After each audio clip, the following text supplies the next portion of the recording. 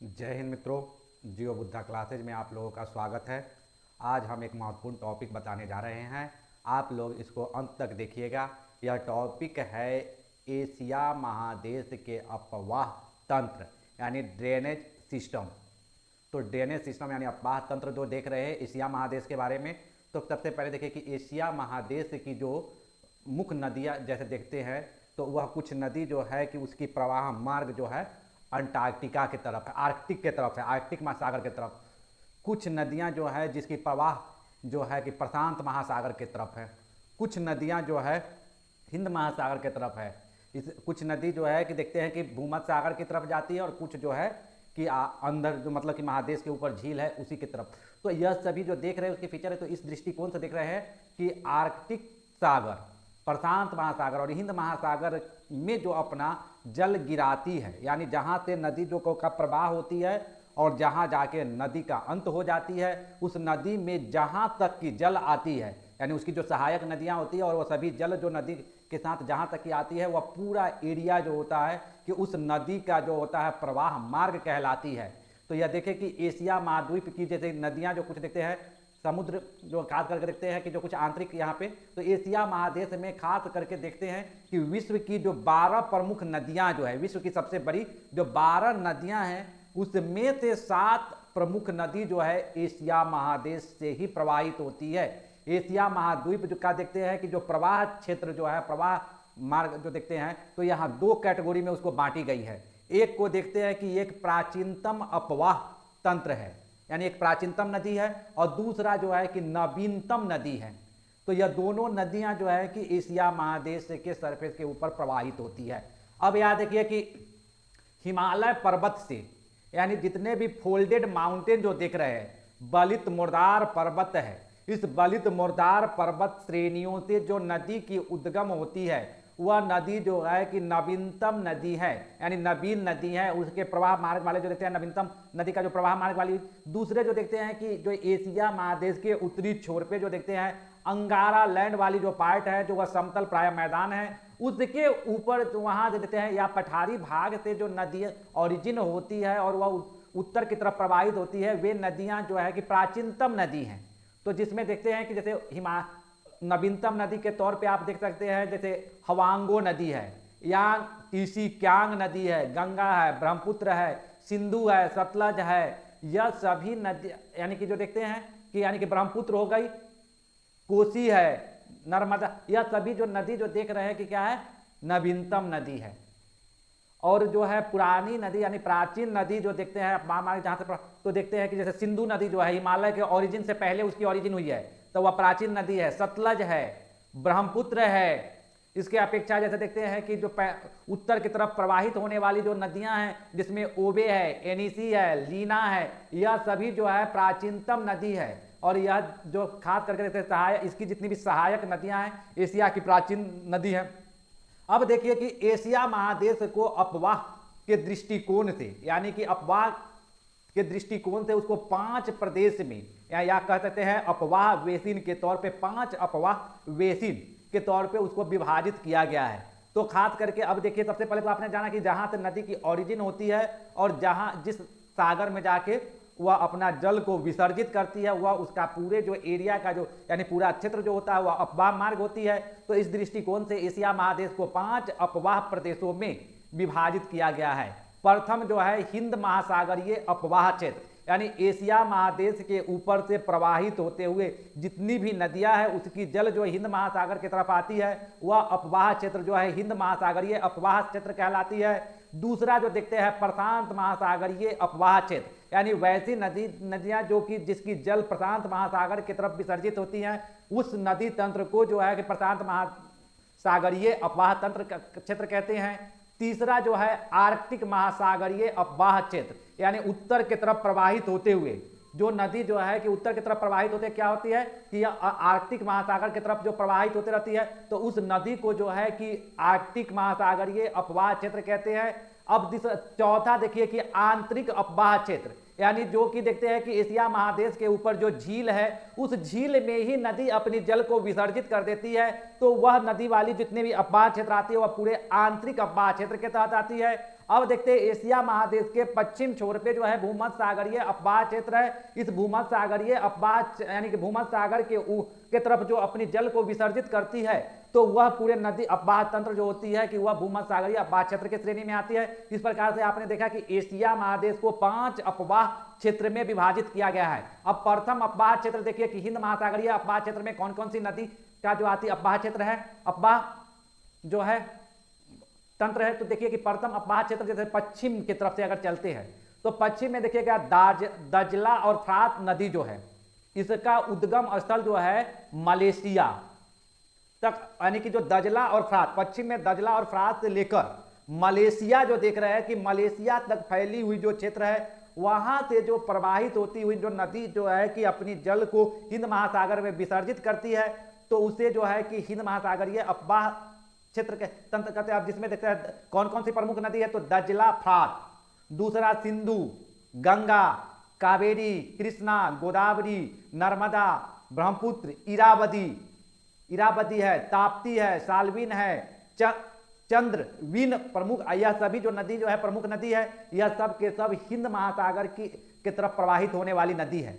सिंधु, गंगा और ब्रह्मपुत्र जो है कि हिंद महासागर की प्रमुख अपवाह क्षेत्र में प्रमुख अपवाह क्षेत्र है। जैसे यहाँ इस मानचित्र पे देखिए कि अलग अलग जो अपवाह क्षेत्र में जो इसको विभाजित की गई है, तो इसको गौर से इसको देखिए।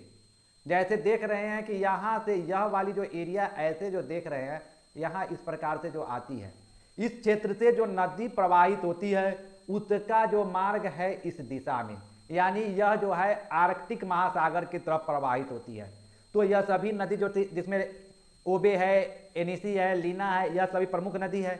दूसरा अपवाह क्षेत्र जो देख रहे हैं कि दूसरा अपवाह क्षेत्र खास करके जैसे देखते हैं कि यह वाली जो ऐसे करके यह पूरा जो पठार और यह क्षेत्र जो है कि यानी यह दूसरी अपवाह क्षेत्र जो है, यानी यह प्रथम अपवाह क्षेत्र और यह दूसरी अपवाह क्षेत्र जैसे देख रहे हैं यह आंतरिक अपवाह क्षेत्र है। यानी यहाँ जो नदी ओरिजिन होती है वह इस क्षेत्र की जो प्रमुख झील है उसी झील में अपनी जल को विसर्जित कर देते हैं, जिसमें इसमें देख रहे हैं जैसे कैप्सियन सागर है, लाल कैप्सियन सागर और ब्लैक सी है, अरल सागर है, वालखस सागर है, तो यह सभी में अपने जल को विसर्जित कर देती है।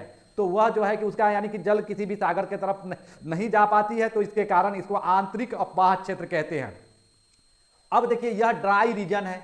अब अगला अपवाह क्षेत्र देखिए कि यहां से जो ऐसे जो चलते हुए यह पूरा जो अपवाह क्षेत्र जो देख रहे हैं कि यहां आई है, जो तीसरी अपवाह क्षेत्र यह जो है हिंद महासागरीय अपवाह क्षेत्र है। यानी यह दक्षिण की तरफ जो देखते हैं कि हिंद महासागर है, तो यह सभी नदियां जो है कि अपनी जल को हिंद महासागर में विसर्जित कर देती है। तो आपने तीसरा अपवाह क्षेत्र को भी देखा। अब देखिए यह चौथा अपवाह क्षेत्र जो इधर देख रहे हैं इस प्रकार से, यानी कि यह जो है कि 4 है, इसकी जो है कि जल इधर प्रशांत महासागर में विसर्जित करती है। तो यह प्रशांत अपवाह क्षेत्र के तौर पे आती है। इसके अपेक्षा जो देखते हैं कि यहाँ से इस प्रकार से कुछ ऐसे लेते हुए यह क्षेत्र जो देख रहे हैं इसका जो है जल इधर भूमध्य सागर में गिराती है। तो यह भूमध्य सागरीय अपवाह क्षेत्र है। तो इसने आपने देखा कि एशिया महादेश को 5 अपवाह क्षेत्र में विभाजित किया गया है। अब देखिए कि इसमें जो है, अब अगला देखिए कि जो देख रहे हैं प्रथम जो है हिंद महासागरीय अपवाह क्षेत्र की प्रमुख जो है नदी तंत्र जो देख रहे हैं अपवाह में, तो पहला देखिए पश्चिम की तरफ से चलते हैं तो दजला और फ्रात, दूसरा जो है सिंधु नदी, तीसरा गंगा नदी, साल्विन नदी, इरावदी नदी, चाऊ फ्राया नदी, यह प्रमुख नदी तंत्र है जहां से यह बाहित होते हुए जल, यह सभी जल जो है इस सभी नदियों की जल जो है हिंद महासागर की तरफ विसर्जित करती है। तो प्रथम देखिए कि दजला और फ्रात है। तो दजला नदी जो है वह पूर्वी तुर्की यानी तुर्की जो देख रहे हैं तो वह पूर्वी तुर्की के जो आर्मेनिया का उच्च भूमि है, यानी आर्मेनिया का जो पठार है वहां से उसकी ओरिजिन होती है। और तथा यह दजला नदी से, यानी फ्रात नदी जो देख रहे हैं आर्मेनिया का जो पठार है उससे ओरिजिन हो रही है, और दजला नदी जो है मध्यवर्ती तुर्की से निकलकर आगे बढ़ते हुए फ्रात में जो यह फ्रात जो जगह है वहां बासरा इराक के निकटवर्ती मिलती है।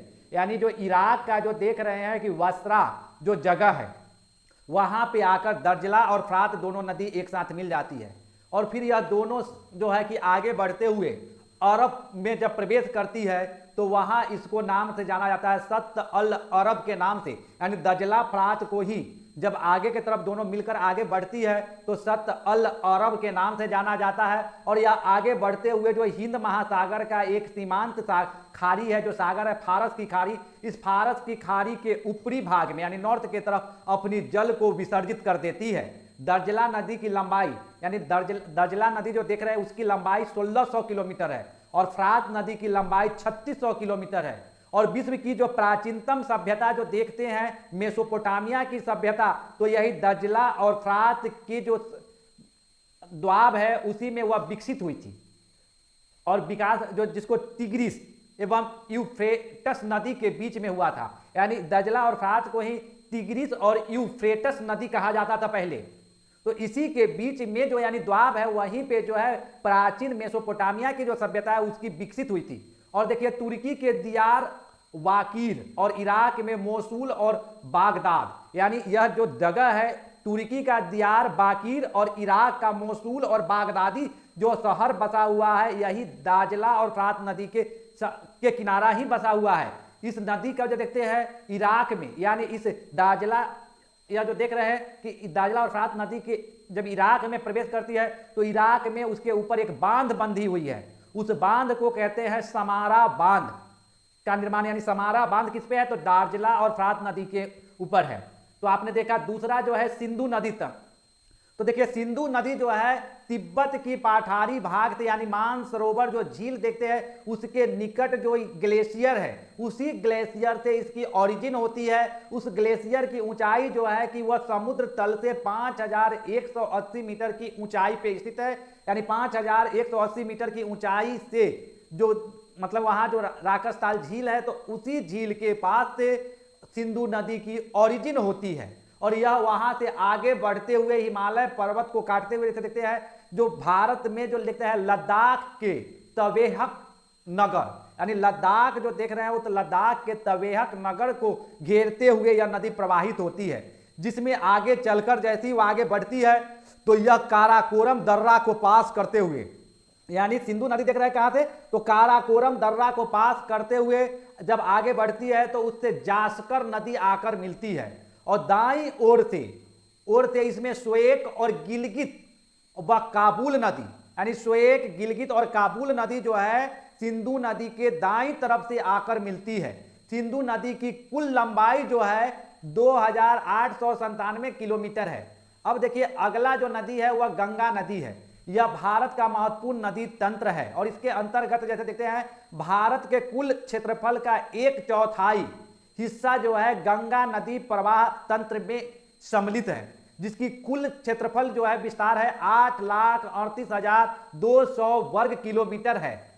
गंगा की जो प्रमुख सहायक नदी के रूप में है तो गंगा नदी में जो बाईं तरफ से आकर मिलने वाली जो नदियां हैं उसमें है रामगंगा, गोमती, घाघरा, ताप्ती, गंडक, कोसी, यह सभी जो देखते हैं प्रमुख नदियां हैं, कमला, तो यह सभी जो गंगा की बाईं तरफ से आकर मिलने वाली नदी है। जबकि दाईं ओर से गंगा में आकर मिलने वाली जो नदियां हैं उसमें यमुना, चंबल, सिंध, बेतवा, केन, टोंस और सोन नदी है। यह सभी जो है कि गंगा की सहायक नदी है। और देखिएगा प्रायद्वीप जो हिमालय पर्वत से निकलकर और दाईं तरफ से गंगा में अपनी जल को विसर्जित करने वाली एकलौता नदी यमुना नदी है, जो गंगा की सबसे बड़ी सहायक नदी की तौर पे भी है। तो आपने देखा यह। अब देखिए कि अगला जो है साल्विन नदी, तो तिब्बत में उसकी उद्गम स्थल है और तिब्बत में ही के देखते हैं कि चीन के यूनान प्रांत जो है, यानी चीन में जो देखते हैं यूनान प्रांत से वह प्रवाहित होते हुए म्यांमार में प्रवेश करती है, यानी बर्मा में प्रवेश करती है और बर्मा और थाईलैंड के सीमा को बनाती हुई यह नदी जो है मौलमिन बंदरगाह के निकट, यानी म्यांमार के पास देखिएगा मौलमिन बंदरगाह है, उसके निकट आकर यह मर्तवान की खाड़ी जो अंडमान सागर है, तो अंडमान सागर के ही छोर पे एक छोर पे जो है मर्तवान की खाड़ी स्थित है, उसी खाड़ी में आकर जो है साल्विन नदी जो है अपनी जल को विसर्जित कर देती है। साल्विन नदी को तिब्बती क्षेत्र में नू जियांग कहते हैं, यानी साल्विन नदी को तिब्बती क्षेत्र में यानी नू जियांग कहते हैं। अगला देखिए इरावदी नदी है, तो म्यांमार की सबसे प्रमुख नदी के तौर पे जो होती है इरावदी नदी की होती है। और इरावदी की जो प्रमुख सहायक नदी में जो है माली और माई है, माली और माई जो है इरावदी की प्रमुख सहायक नदी है, जो हिंजादा के निकट आकर इस नदी में अपनी जल धाराओं को विसर्जित करती है, यानी विस्तृत। और वहीं पे जो हिंजादा के निकट नदी का जलधारा जो है, यानी इरावदी नदी की जो जलधारा जो है म्यांमार में जो है हिंजारा के निकट वाली जो क्षेत्र जो प्लेन एरिया है वहां पे आकर बहुत सारी शाखाओं में विभक्त हो जाती है, और यहीं पे वह अपना डेल्टा का निर्माण करती है। यानी इरावदी नदी जो है वहां डेल्टा के निर्माण करते हुए आगे बढ़ते हुए अंडमान सागर में जाकर अपनी जल को विसर्जित कर देती है। चिंदविन नदी इसकी सबसे बड़ी सहायक नदी है, यानी इरावदी नदी की सबसे बड़ी सहायक नदी जो है वह कौन है, तो चिंदविन नदी है। तो आपने देखा इरावदी की सबसे जो बड़ी सहायक नदी है वह चिंदविन नदी है। और इस अब देखिए दक्षिण में स्थित बंदरगाहों के आंतरिक भाग में स्थित प्रमुख जैसे जो नगरीय केंद्र देखते हैं, तो इसमें जो परिवहन और जो नगरीय क्षेत्र है उसको परिवहन यानी जलीय परिवहन उपलब्ध कराने का कार्य भी करती है सिल्विन। तो आप अब देखिए कि इसमें जो है कि प्रमुख शहर कौन, भामो, हिंजाडा, कथा, मानडेले, इंगयान और प्रोम इरावदी नदी के तट पर स्थित प्रमुख पत्तन है। यह सभी देखते हैं नदी के तट पर स्थित प्रमुख पत्तन है।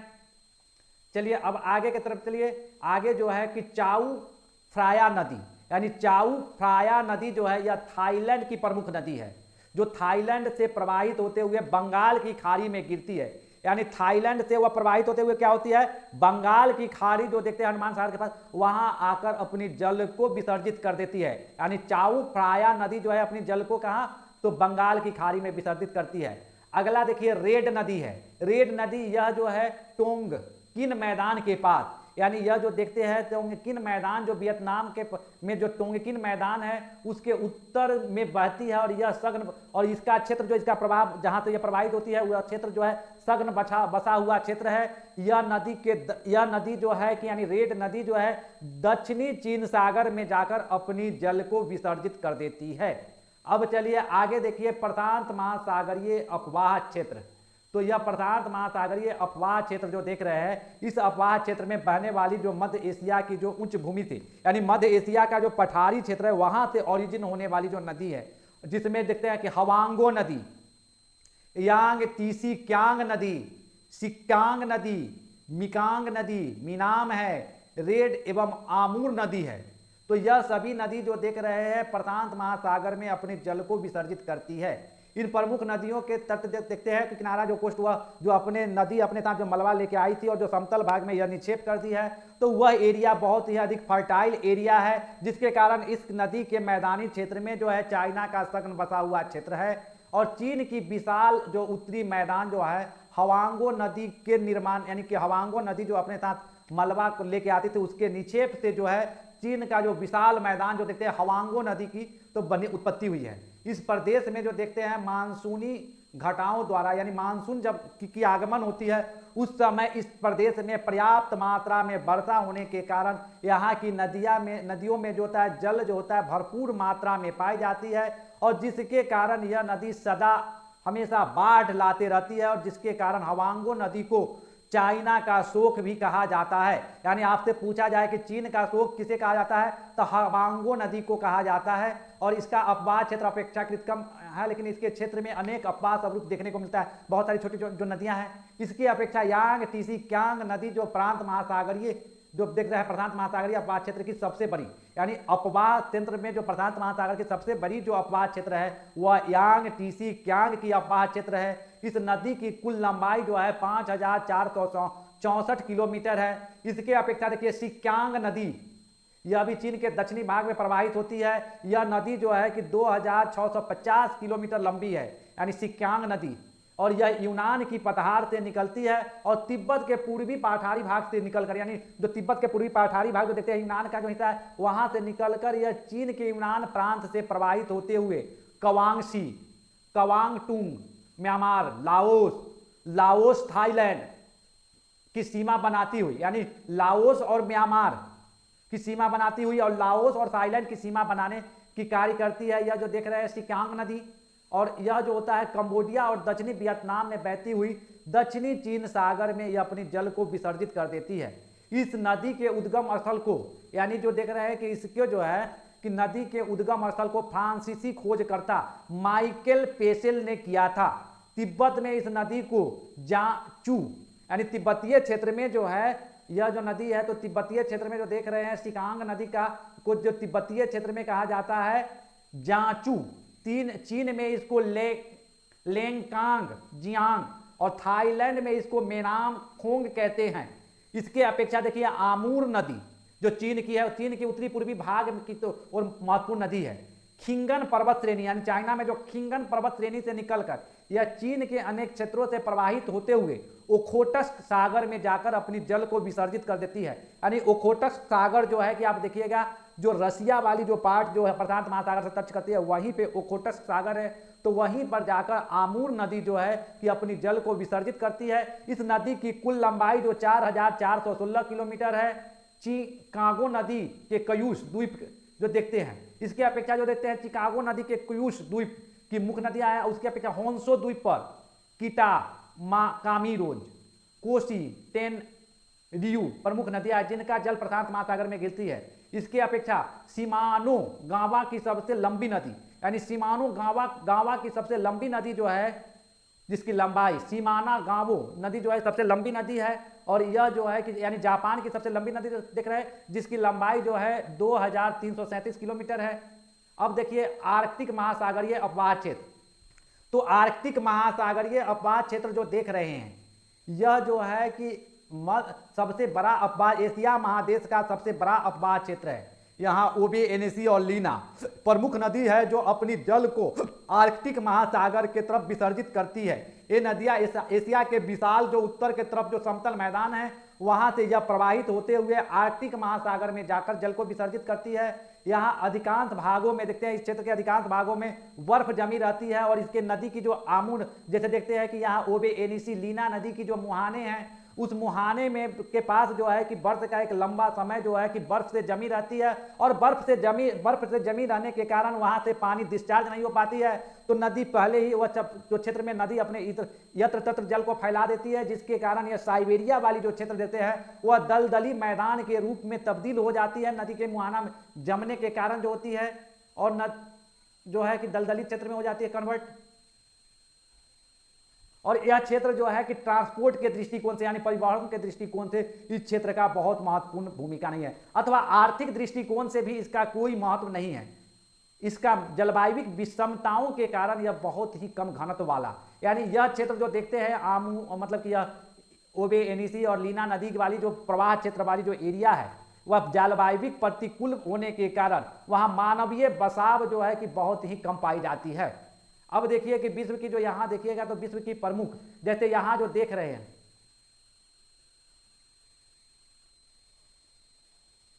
तो यह वाली जैसे देख रहे हैं यह काला सागर है, यह कैप्सियन सागर है, यहां देखिए कि आपको अरल सागर हो, ये वालखस सागर है, यहां देखिए यह छोटा वाली अरल सागर है। तो यह सभी जो सागर है तो इस सागरीय क्षेत्र में यहाँ बहुत सारी जैसे देखते हैं कि नदी जो है अपनी जल को विसर्जित करती है। इसी के अपेक्षा देखिए कि यह वाली जो एरिया है फारस की खाड़ी है, यहाँ जो देख रहे हैं लाल सागर है, यहाँ अदन की खाड़ी है, यहाँ जो देख रहे हैं भूमध्य सागर है। तो यहाँ के तरफ से ऐसे जो जल प्रवाहित होती है वह आर्कटिक महासागर की तरफ जाती है, इधर के तरफ जो जल प्रवाहित होती है वह प्रशांत महासागर की तरफ जाती है, इधर के तरफ जो जल प्रवाहित होती है वह हिंद महासागर की तरफ जाती है। तो यहाँ बहुत सारी जैसे झील है और नदियाँ हैं, तो यह सभी नदी अपने जो है प्रवाह को मार्ग में अपने क्षेत्र से जो है कि प्रवाहित होती रहती है। इसके अपेक्षा देखिए आंतरिक अपवाह क्षेत्र, यह प्रदेश एशिया के मध्यवर्ती भाग में अनातोलिया के पठार से पूरब में मंचूरिया यानी चाइना में जो देखते हैं मंचूरिया तक विस्तृत है आमू दरिया तथा सीर दरिया। यानी आमू दरिया और सीर दरिया जो देखते हैं आंतरिक जल प्रवाह का प्रमुख नदी है। यह दोनों नदी जो है आमू दरिया और सीर दरिया जो है दोनों नदी अरल सागर में अपनी जल को विसर्जित करती है। इली, चूंग, खोतान, तारीम अन्य जैसे प्रमुख नदियां हैं यह सभी जैसे वालखस झील में गिराती है, यानी यह सभी नदी क्या है अपनी जल को वालखस झील में विसर्जित करती है। इसी प्रकार जो देखते हैं इस क्षेत्र में अपवाह क्षेत्र में नदियों का अस्तित्व जो है वर्षा के ऊपर निर्भर है, यानी पर्याप्त मात्रा में जब वर्षा होती है तो इस नदी को पर्याप्त जल मिलती है। ये नदियां आंतरिक सागरों में अथवा झीलों में जाके अपने जल को विसर्जित करती है। और यह क्षेत्र जो है कि यह जो है यानी कि आमू दरिया और ये सभी जो देख रहे हैं कि सिर दरिया जो है, सब नदी जो है कि शुष्क क्षेत्र से प्रवाहित होती है, जिसके कारण अगर जल बृहद पैमाने पर यानी अधिक नहीं होती है तो वह रेतीली भूमि में ही अब समाप्त हो जाती है। कैस्पियन सागर के पास वह पहुंच भी नहीं पाती अथवा अरल सागर पे जब हेवी रेनफॉल होती है तब यह जल जो है कि कैस्पियन सागर, अरल सागर और बालखस सागर में जाकर, बालखस झील में जाकर अपने जल को विसर्जित करती है। अब देखिए एशिया के प्रमुख आंतरिक जल स्रोत, तो एशिया का जैसे आंतरिक जल स्रोत में देखते हैं जो नदियां, तो प्रथम है मृत सागर, यानी दक्षिण पश्चिम एशिया में जो है खारे पानी का यह झील है और इजराइल और जॉर्डन जो कंट्री है उसके देशों के बीच में यह जो है कि मृत सागर विस्तृत है।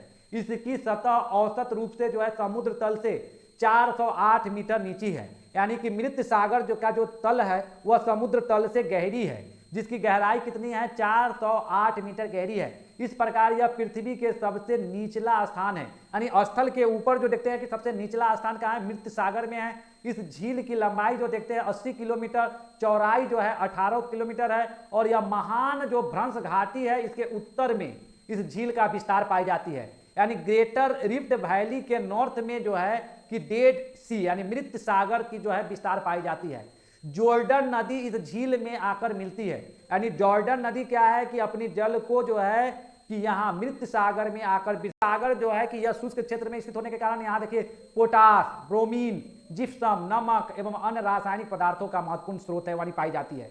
दूसरा देखिए कैस्पियन सागर, तो कैस्पियन सागर जो देख रहे हैं विश्व में खारे पानी का सबसे बड़ा आंतरिक झील है, यानी ध्यान रखिए कैस्पियन सागर क्या है, खारे पानी का विश्व में सबसे बड़ा आंतरिक झील है। इस झील के पश्चिमी भाग के तरफ जो देखते हैं कि यहाँ अजरबैजान और रूस, उत्तर पूरब के तरफ जो देखते हैं, उत्तर पूरब के तरफ काजाकिस्तान, पूरब के तरफ तुर्कमेनिस्तान, दक्षिण में ईरान देश अवस्थित है।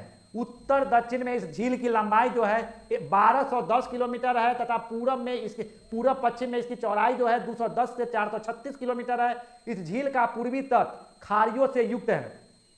अब झील में देखते हैं कि क्या है, क्रोस्नो बोसक और गारबो गाज कोल की खाड़िया, यानी गारबो गाज कोल की खाड़िया उल्लेखनीय है। कैस्पियन सागर दक्षिण पश्चिम में जो देखते हैं दक्षिणी पश्चिमी तट पर जैसे एलबुर्ज, काकेशस पर्वतमाला का विस्तार पाई जाती है। इसमें उत्तर से आकर मिलने वाली नदियों में जैसे देखते हैं बोल्गा, यूराल, हेम नदी, पूरब दिशा से आकर मिलने वाली जैसे अंतरक, गोरगान नदी, पश्चिम दिशा से कूरा नदी। और कैस्पियन सागर अंतर्देशीय जलमार्ग का सबसे बड़ा केंद्र है, जहां से जो है जलीय मार्ग, अंतर्देशीय जो जलीय मार्ग है जिसमें जो है कैस्पियन सागर से जो है बाल्टिक सागर जुड़ी हुई है, श्वेत सागर जुड़ा हुआ है और काला सागर भी जुड़ा हुआ है। अब यह देखिए टोनले सेप झील, टोनले सेप झील देखिए, टोनले सेप झील जो है पश्चिमी कंबोडिया में स्थित यह झील दक्षिण पूर्वी एशिया का सबसे बड़ा झील है, यानी दक्षिण पूर्वी एशिया का जो देखिएगा टोनले सेप झील जो है यानी कंबोडिया में स्थित है, वह सबसे बड़ा झील है। यहाँ पे जो देखिएगा कि यह टोनले सेप नदी इस झील में अपनी जल को विसर्जित करती है। मानसून काल जैसे जून से लेकर नवंबर के बीच में इस झील में जो है कि पर्याप्त मात्रा में जल की आपूर्ति होते रहती है और उस समय जो है यहाँ मत्स्य आखेट यानी मछली मारने का कार्य भी की जाती है। इसलिए जो देखते हैं यह जो है झील जो देखते हैं कि टोनले झील जो है आर्थिक दृष्टिकोण से बहुत ही महत्वपूर्ण है। अब देखिए जापान की झील, तो मध्यवर्ती होन्शु पर सेंट लेक, बीबा लेक स्थित है। होन्शु पर ही इनावाशिक, सुबा एवं बीबा दजीरी झीलें हैं, जबकि होन्शु में ही तोबादा, आशी एवं होक्काइडो की कचारो आदि प्रमुख ज्वालामुखी झील है। तो आपने यह देखा कि जो है कि आपने प्रशांत महासागर की तरफ, अब देखिए कि अगला जो है भूमध्यसागरीय अपवाह क्षेत्र, यानी भूमध्यसागर के तरफ जो प्रवाहित होने वाली जो नदियां हैं, तो इसमें जो है अपवाह क्षेत्र में कोई विशाल नदी यानी वहाँ बड़ी बड़ी नदियां जो है भूमध्यसागर की तरफ प्रवाहित नहीं होती है। कारण है कि वह क्षेत्र जो है शुष्क क्षेत्र है, यानी शुष्क मरुस्थलीय क्षेत्र है। तो यहाँ प्रवाहित होने वाली छोटी छोटी नदियां हैं, जिसमें अधिकतर जो नदी देखते हैं तुर्की की में जो देखते हैं अनातोलिया की पठार है वहां से निकलती है। निकलने वाली जैसे मनीषा, मेडेसी, सीरिया, ओरोन्टेस इस अपवाह क्षेत्र की मुख्य नदियां हैं। ये नदियां जो है भूमध्य सागर में अपनी जल को विसर्जित करती है। भूमध्य सागर एशिया महादेश के जैसे देखते हैं पश्चिमी छोर पे स्थित है और एशिया के दक्षिण पश्चिम देशों में, यानी एशिया के जो दक्षिण पश्चिम देश है वहां से जो नदी प्रवाहित होती है वह अपनी जल को भूमध्य सागरीय क्षेत्र में विसर्जित करती है। इस अपवाह क्षेत्र का विस्तार तुर्की, साइप्रस, लेबनान, इजराइल, जॉर्डन आदि देशों तक है। यानी भूमध्य सागरीय क्षेत्र में जो जल विसर्जित करती है तो वह कहाँ से, तो देखते हैं कि भूमध्य सागर से गिरती है तो इसमें जो है तुर्की है, साइप्रस है, लेबनान, इजराइल, जॉर्डन, यह सभी देश है। तो अब देखिए कि मेरा वीडियो अगर आप लोगों को अच्छा लगा हो तो इसको लाइक कीजिए, कमेंट कीजिए, अगर मेरे चैनल पे फर्स्ट टाइम है तो सब्सक्राइब कीजिए। थैंक यू मित्रों।